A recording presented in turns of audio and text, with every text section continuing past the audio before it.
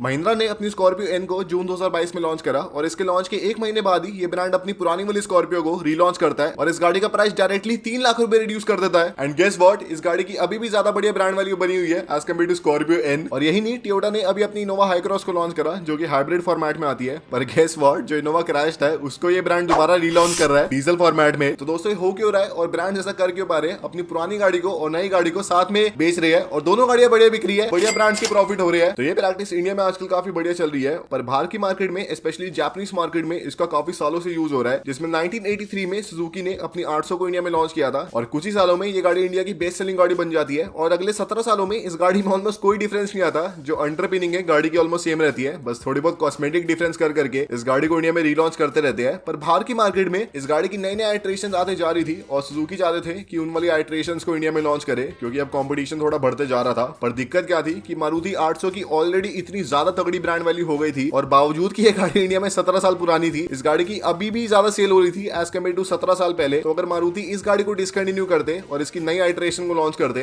तो काफी रिस्क था। तो उन्होंने क्या करा कि जो मारुति 800 है उसे रिटेन कर लिया 2.2 लाख के प्राइस में और मारुति ऑल्टो को लॉन्च कर दिया 2.7 लाख के प्राइस में। तो अगर आप इसके पीछे जीनियस देखो तो एक ही गाड़ी के उन्होंने दो डिफरेंट वर्जन बना दिए और दो डिफरेंट गाड़ियां बना दी, जिससे ना तो उनकी पहले वाली मार्केट टूटी और एक नई मार्केट भी क्रिएट हो गई। Now this is what is genius. Maruti को हम जो मर्जी बोलते हैं पर उनकी स्ट्रैटेजी बहुत तगड़ी है और स्ट्रैटेजी हम कारवासल वालों की भी तगड़ी है। आप जाके सब्सक्राइब कर लो और एक रियल कम्युनिटी मेंबर बनो। और इसके अलावा अगर आप 2013 में चले तो इंडिया में Hyundai की i10 आती थी और i20 आती थी, लेकिन इसके बीच में एक नया सेगमेंट क्रिएट हो गया था हैचबैक्स का, जिनमें जो साइज है आपको i10 वाला मिलता है लेकिन जो फीचर्स है आपको i20 वाले मिलते हैं। तो इसलिए Hyundai इंडिया में लॉन्च करते हैं ग्रैंड i10 को, जिसमें गाड़ी में आपको फीचर्स ऑलमोस्ट i20 वाले मिलते हैं लेकिन जो प्राइस है आपको i10 के बीच में और i20 के बीच में मिलता है और नाम आपको i10 का मिलता है। पर दोस्तों सारे छोटे मोटे एग्जाम्पल है, जो रियल चैटिस एग्जाम्पल है हमारी तरह वो टोयोटा की तरफ से आता है, जिसमें आपको लैंड क्रूजर पता होगा, बहुत ही बढ़िया गाड़ी है और उसकी LC 300 वाली जनरेशन लॉन्च हो चुकी है। पर अभी भी ये ब्रांड अपनी 1984 की LC 70 को रिटेल करता है ऑस्ट्रेलियन मार्केट में। और ऐसे नहीं है कि वो गाड़ी बिक रही है, नॉर्मल बिक रही है, उस गाड़ी पे 2.5 साल की बिडिंग चल रही है। तो एक 1984 की गाड़ी 38 साल पुरानी गाड़ी की डिमांड अभी इतनी ज्यादा है। तो इससे पता चलता है कि अगर आपकी ब्रांड वैल्यू अच्छी है आप कुछ भी बेच सकते हो, पुरानी चीज भी बेच सकते हो और तब भी बढ़िया परफॉर्म कर सकते हो। पर दोस्तों अगर आप इन सारे लॉन्चेस के डेप्थ में जाए तो इन सब में 3 चीजें काफी कॉमन है और वो 3 चीजें सारा कुछ चेंज कर देती है। जिसमें सबसे पहले ये सारी कार्स जिनकी नई जनरेशन लॉन्च होती है साथ ही में पुरानी वाली भी बिकते रहती है, इन सारी कार्स की एक्सेप्शनल ब्रांड वैल्यू है। और एक्सेप्शनल ब्रांड वैल्यू ये नहीं कह रहा कि लोग इनकी बहुत बड़ाई करते हैं, तो उसके ऊपर क्यों नहीं गए? उसमें फील नहीं आया चलाने के बाद, या फिर उसमें ऐसे बढ़िया रील्स वगैरह बनाते भाई स्कॉर्पियो क्यों? ये गाड़ी ब्रांड है अपने आप में। पर जो एक्सेप्शनल ब्रांड वैल्यू का रियल प्रूफ है कि गाड़ी की एक सिंगल जनरेशन कितने सालों से बिक रही है और उन सालों में उस गाड़ी की सेल कैसे कंसिस्टेंटली सेम रही है। जिसमें अगर आप होंडा सिटी का एग्जांपल है तो उसकी 4th जनरेशन इंडिया में 7 सालों से बिक रही थी और 7 सालों में इस गाड़ी की सेल ऑलमोस्ट सेम रही है और इनफैक्ट ग्रो करी है। तो 7 सालों में भले जो कॉम्पिटिशन है वो बढ़ा हो लेकिन इस गाड़ी की सेल सेम रही है। तो मार्केट वैल्यू इस गाड़ी की बहुत ही स्ट्रॉन्ग है और कस्टमर अभी भी इस गाड़ी को ले रहे हैं। सेम केस अगर आप इनोवा में देखें तो इसकी 2nd जनरेशन क्राइस्टा वाली इंडिया में 7 सालों से बिक रही थी और इन 7 सालों में इस गाड़ी की सेल बढ़ी है। भले दुनिया बोलती रहे कि भाई ओवर वैल्यूड है, हम जाके अपनी XUV 700 लेंगे, जैसे मैं बोलता हूँ एटास वगैरह के मजे लेंगे, पर भाई क्राइस्टा की अलग ब्रांड वैल्यू है और लोग अभी भी इस गाड़ी को ले रहे हैं। मारुति 800 ऑलमोस्ट 17 साल तक सेम रही ऑल्टो के लॉन्च से पहले। पर जो अल्टीमेट चैडेस्ट इसका रिकॉर्ड है 2 ऑडियो के पास है, स्कॉर्पियो के पास और लैंड क्रूजर के पास। स्कॉर्पियो 20 साल से सेम गाड़ी है, बस लुक्स में थोड़ा बहुत डिफरेंस है। 20 सालों में इस गाड़ी का प्राइस 3 गुना हो चुका है, तब भी कस्टमर इस गाड़ी को ले रहे हैं और अभी भी ले रहे हैं। भाई क्यों ना ब्रांड बेचेगा अपनी गाड़ी को और बढ़िया कैपिटलाइज करेगा अपॉर्चुनिटी पे। और इसलिए दोस्तों अगर आप देखें हम कारवर्सल भी ऐसे काफी पुराने होते जा रहे हैं। We are ageing like fine old wine.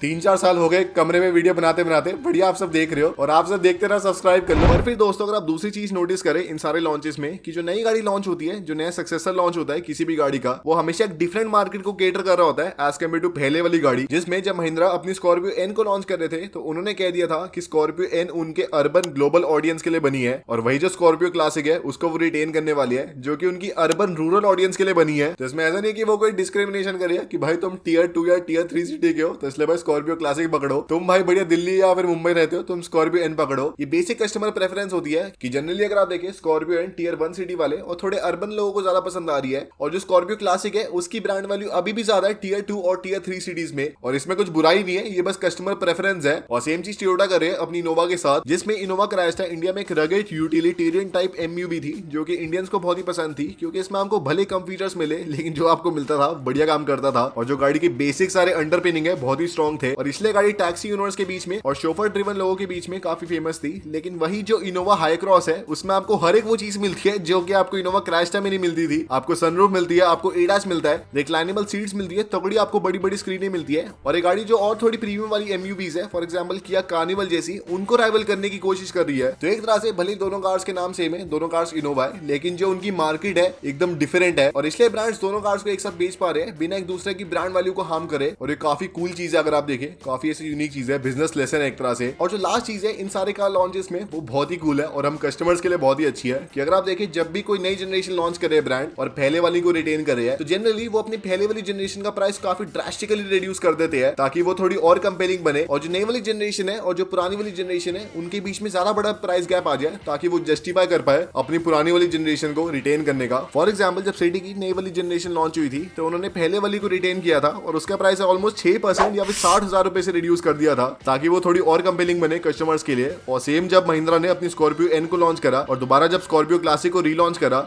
तो अपनी गाड़ी का प्राइस अप टू 3 लाख रुपए रिड्यूस कर दिया ताकि गाड़ी थोड़ी और कंपेलिंग बने और जिन कस्टमर्स को ये गाड़ी पहले महंगी लग रही थी वो भी गाड़ी को ले सकते हैं। तो दोस्तों काफी कूल हो गया। और मुझे अब क्या लग रहा है कि जैसे आपने देखा होगा मैं अरिस्टो कार पे वीडियो अपलोड करता हूँ और कारवर्सल पे भी। अरिस्टो कार नहीं है, कारवर्सल थोड़ा पुराना है, तो कारवर्सल पे ऐसा करूँ क्या मैं कि क्वालिटी रिड्यूस कर दूं क्या वीडियोस की और अरिस्टो कार पे बढ़ा दूं क्या क्योंकि वो नया है। अरे ऐसा कुछ नहीं होने वाला भाई, कारवर्सल पे एकदम बेस्ट क्वालिटी आने वाली है इस साल में, बेस्ट कार कम्युनिटी बनानी है दुनिया की। और बाकी ये सब तो सही एग्जाम्पल थे, पर 2-3 मेरे ख्याल से और कार्स है जिनके रीलॉन्च हो सकते हैं या फिर कार मेकर्स उनकी पुरानी और नई जनरेशन को एक साथ बेच सकते थे पर बेचा नहीं। जिसमें पहला मेरा एग्जाम्पल है टाटा सफारी का, जिसमें सफारी स्टॉर्म बहुत ही बढ़िया ब्रांड वैल्यू वाली गाड़ी थी। अगर ब्रांड चाहते तो नई वाली सफारी को भी बेच सकते थे और सफारी स्टॉर्म को भी एक साथ बेच सकते थे जैसे महिंद्रा कर रहे हैं और बढ़िया दोनों मार्केट्स में उनका राज होता। और अब तो भाई सफारी की इतनी तगड़ी ब्रांड वैल्यू हो गई है, पहले फिर भी कम थी, अब तो भाई स्टॉर्म अगर मुझे मिल जाए मैं सच्ची शायद ले सकता हूँ उसे। और सेम मेरे ख्याल से Hyundai कर सकते थे अपनी i20 के साथ, जिसमें जब नई वाली i20 आई उसका प्राइस बहुत ही बढ़ गया और पहले वाली i20 के काफी सारे फैंस थे, मैं भी उसका फैन था। तो अगर i20 पहले वाली को रखते उसका प्राइस रिड्यूस करते थे और नई वाली को भी लॉन्च करते, बढ़िया दोनों मार्केट में उनका राज होता, बढ़िया पैसे कमाते। और जो एक और कॉम्बिनेशन है जिसका मेरे ख्याल से रीलॉन्च होना चाहिए था पर पता नहीं क्यों नहीं करा ब्रांड ने, वो है क्वालिस और इनोवा का। क्योंकि जब इनोवा का लॉन्च करना था तो क्वालिस को ब्रांड ने डिसकंटिन्यू कर दिया, पर तब भी उस गाड़ी की इतनी बढ़िया ब्रांड वैल्यू थी